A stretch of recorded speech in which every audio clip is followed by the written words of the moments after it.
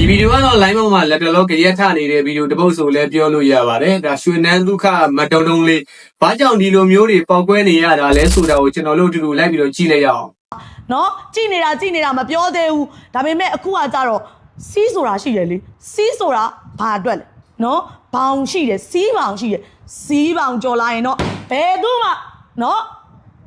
လက်လည်းမခံဘူးဂယူးလည်းမဆိုင်ဘူးကျမဆိုရဲကောင်မလေသိလားနော်ဝယ်နည်းနည်းလေးကျဲတယ်နော်အကြောင်းမဲ့တက်ရောက်လာတာမဟုတ်ဘူးနော်စီးရှိတယ်ဘောင်ရှိတယ်နော်အခုခေတ်မှာဆိုအကုန်လုံးလို့ရလှုပ်ချင်တာတွေအကုန်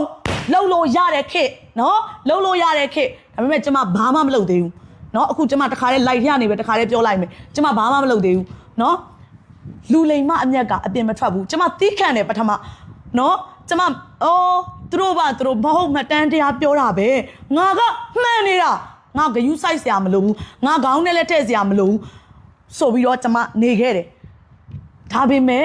မရဘူးမလေးပတ်စံပေးပြီးတော့ဘယ်မှမသိတဲ့ post တွေအယူပို့တွေကိုတော့ပတ်စံပေးပြီးတော့များတင်ခိုင်းနေဆိုတော့ရှက်တက်ရင်သေလို့ရတယ်အချိန်ဘုံလဲပြီးသေရမှာသိလားကိုပြုတ်တိကန်ပဲ့တင်တန်းကိုထံပြန်လာတယ်9ရက်တွင်း9နှစ်တွင်း9လတွင်းအကျိုးပေးတယ်ကျမဒီနေထားကိုဘာလို့ရောက်လာတယ်လို့ထင်လဲကျမဒီလိုမျိုးစိန်တွေရွှေတွေမြေတွေကားတွေအထိရောင်းပြီးတော့မြန်မာတပြည်လုံးကိုဖြန့်ပြူးနိုင်တဲ့အစီရောက်လာတာကျမဘယ်အချိန်နေနဲ့ဘလို့စိတ်ဓာတ်နဲ့ဒီနေရာကိုရောက်လာတယ်ထင်လဲဟမ်အเจ้าမဲ့တက်ကျမဒီနေရာရောက်လာတာမဟုတ်ဘူးเนาะကျမရဲ့တမိုင်းเจ้าကိုမြေပြန်လှန်ကြည့်เนาะတမိုင်းဆိုတာရှိခဲ့ပြီးသားလောက်ပြောလို့မရဘူးလောက်ယူလို့မရအဲ့ဒါတမိုင်းပဲလူတယောက်မှာသိလားတမိုင်းဆိုတာမှတ်ကြောက်တင်ခံနိုင်ခဲ့ပြီးသားเนาะကျမတီးခံတယ်ပထမမြစ်တာပဲထားတယ်ငါမြစ်တာနဲ့ပဲအနိုင်ယူမယ်ဆိုပြီးတော့ကျမမွေးတယ်ဒါပေမဲ့မရဘူးเนาะကိုရမယ့်အရာကိုကိုလက်ထဲမရဘဲနဲ့သူများရသွားတဲ့အခါကျတော့မစားတဲ့အမေကိုတဲနဲ့ပတ်ပြီးတော့မဟုတ်မတန်းတရားကိုပြောတယ်နော်ဒါပေမဲ့ကျမလှဲ့ကိုမကြည့်ဘူးကျမမတိကြအောင်ဆောင်လိုက်တယ်ကျမလုံးဆရာရှိတာကျမနေ့စဉ်ဆက်လုပ်နေတယ်အခုထပ်ပြီးတော့များနော်ဘယ်ဟာမှမသိတဲ့ပေတွေကိုပတ်စံပေးပြီးတော့များတင်ခိုင်းတယ်ဆိုတော့ရှင်တို့တွေယူနေပြီလားယူသွားကြပြီလားရှက်စရာကြီးရှက်တက်ရင်သေလို့ရတယ်မိန်းမတယောက်ကိုကြောက်တယ်ဆိုတော့ကျမမိန်းကလေးကျမအသက်ဘယ်လောက်ရှိတယ်ထင်လို့လဲ33တောင်မပြည့်သေးဘူးကျမအသက်33လောက်မပြည့်သေးဘူးလေနော်စိန်တွေရောနော်ကားတွေရောအိမ်တွေရောကျမလှူခဲ့တာသိလားကျမရှိတဲ့စစ်စီးတဲ့ဥစ္စာတွေအောင်ကျမအဲ့လိုလှူနေတဲ့မိန်းမဒီဘက်ကဝင်လာဒီဘက်ကအကုန်လှူတာအခုကျမပြောနေဘိုးဘက်သေဝါကျမတော့ကိုဘာမှမပါဘူးကုသိုလ်ရဲ့အာကုသိုလ်ရဲ့နှစ်ခုတည်းပါမှာအဲ့ဒီကုသိုလ်ကျမဘာတွေလုပ်ခဲ့လဲကျမရဲ့တမိုင်းကြောင်ကြီးအဲ့ဒါပဲပါမှာနော်အဲ့တော့ကျမတို့ရွေးချယ်ရမှာကုသိုလ်တွေသေမှာလားအာကုသိုလ်တွေသေမှာလားဆိုတာမိမိရဲ့ရွေးချယ်ရမှာနော်ကျမဘိုးကကျမကိုယ်တိုင်ကကျမကနော်ရီမန်းချက်လဲကြီးတယ်နောက်ပြီးတော့ကျမခံစားချက်လဲကြီးတယ်မိမဒီကားလောကတွေကိုကျမဝင်လာတာအကြောင်းမဲ့တက်ဝင်လာတာမဟုတ်တခါလေးပြောမယ်နော်ဒါပေမဲ့ကျမအမြဲပြောတယ်လူဆိုတဲ့သဘောကပင်လေဆိုတာတယောက်တည်းတောက်လို့မကုန်ဘူးနော်မသိငကားပူးနေတယ်လို့ပဲနော်ရှင်မလို့စားမယ်နော်ကားလဲဒီတိုင်းပဲကြိုက်တဲ့စီအားပေးကျမစီမှာအားပေးပါကျမစီမှာတတ်တာပါတယ်မပြောဘူးကြိုက်တဲ့စီမှာကြိုက်တဲ့လူစီမှာရွေးချယ်ပိုင်ခွင့်လူတိုင်းမှာရှိတယ်နော်အခုခေတ်ဝဲသူတွေနော်ပြည်သူလူထုတွေအကုန်လုံးကနလက်ဘိန်းတုံးတွေမဟုတ်ဘူးအုံနောက်တွေနဲ့တာမန်အုံနောက်တွေတော့မဟုတ်ဘူးအခုခေတ်ကအင်တာနက်ခေတ်နော်တခုကိုရိုက်ရှာလိုက်အကုန်ပေါ်တယ်နော်အဲ့တော့ကျမပြောချင်တာကလေအရန်တနာဖို့ကောင်းနေပြီနော်နည်းနည်းတနာဖို့ကောင်းတာမဟုတ်တော်တနာဖို့ကောင်းတာနော်ပတ်စံပေးပြီးတော့မဟုတ်မတဲ့သတင်းတွေကိုအခုကြည့်နော်အခုဒရုံးပြောပြမယ်ဒရုံးလေ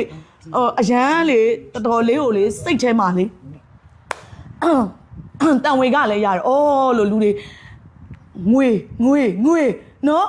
ကျမငွေနောက်ကိုမလိုက်ခဲ့ဘူးအခုကျမလုံနေတဲ့လုပ်ပြရလဲငွေနောက်လိုက်ပြီးလုံနေတာမဟုတ်ဘူးကျမငွေနောက်လိုက်ခဲ့ကျမဒီထက်တောင်10ဆချမ်းသာတယ်ကျမလှုပ်เสียရှိတာကိုကျမအကောင်းဆုံးလုပ်ပြီးတော့ကျမကိုလန်းကိုရှောက်ကိုလန်းကိုဖောက်ပြီးကိုလုပ်ပြီးတော့ကိုထမင်းကိုစားပြီးတော့ဒီနေရာရောက်လာတာညီသူတဦးတယောက်စီကမှယနေ့အချိန်ကြီးတကြက်တပြားမှအလကားအချောင်ယူခဲ့တာမရှိဘူးကျမတမိုင်းကြောင်ကနော်ကျမအခုကနေတခါလေးလာ live လုပ်ပြီးပြောတာဝတ်တုံတရေမြေစောက်နမီးနဲ့အတူ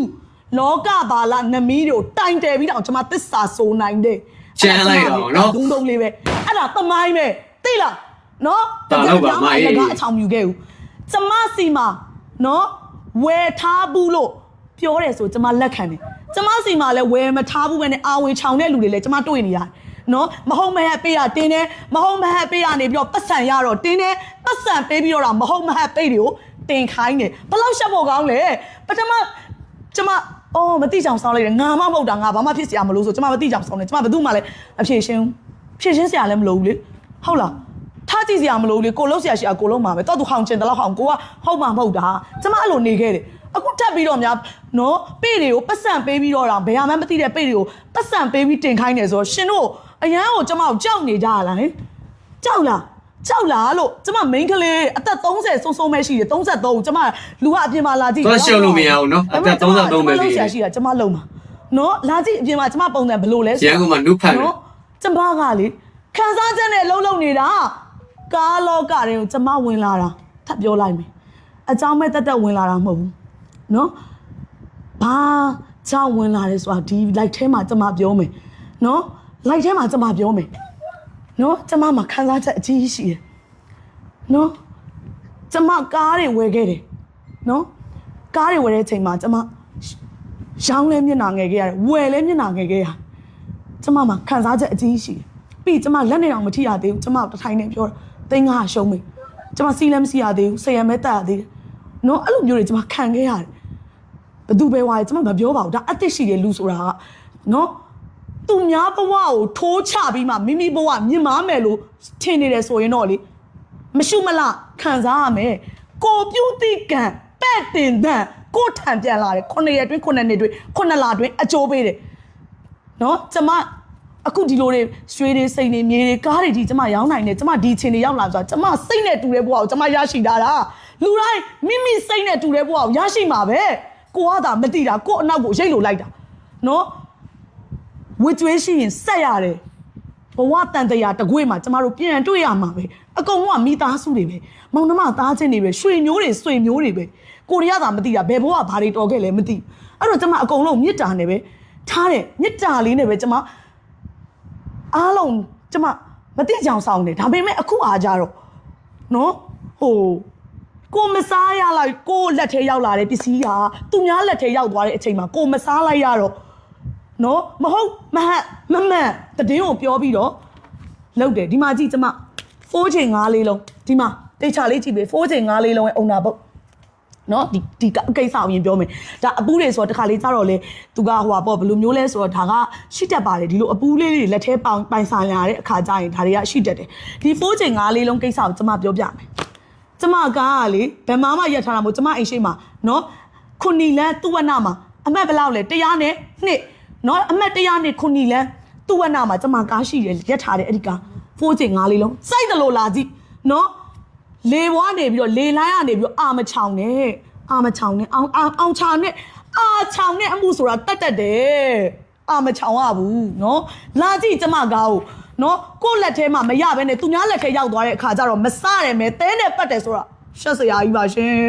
နော်တမိုင်းဆိုတာကြီးကရှိပြီးသားနော်အဲ့တော့ရှက်စရာကြီးပြီးဒီတဲ့ရှက်စရာကောင်းတာကနော်ပတ်စံပေးပြီးတော့လားကျမရှက်ဆိုင်အိုပေါ့ရှင်တို့မြန်မာတော့ကျမဘာလဲတော့မသိဘူးနော်ကျမဘာမှတော့မဟုတ်သေးဘူးအသက်30နဲ့3နှစ်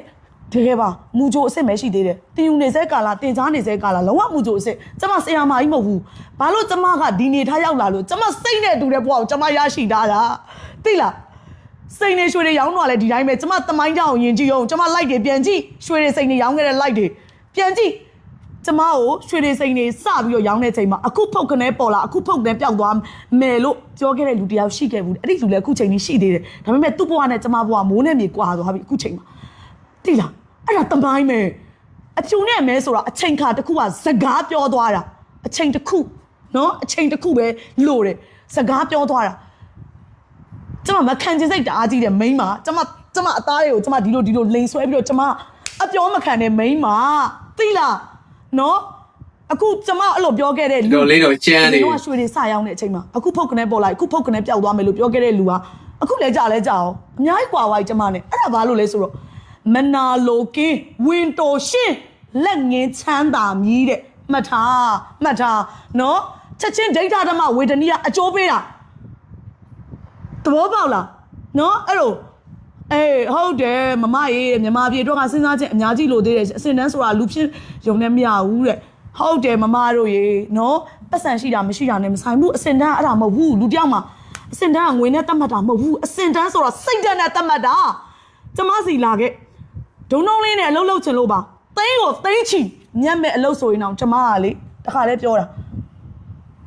စိတ်ဓာတ်လုံးဝမကောင်းတဲ့လူဆိုလှဲ့ကိုမကြည့်တဲ့ကောင်မနော်ငွေရအဓိကမဟုတ်ကျမတို့ကစိတ်ဓာတ်ကိုပေါင်းတဲ့မိန်းမတွေသိလားကျမတို့မိသားစုက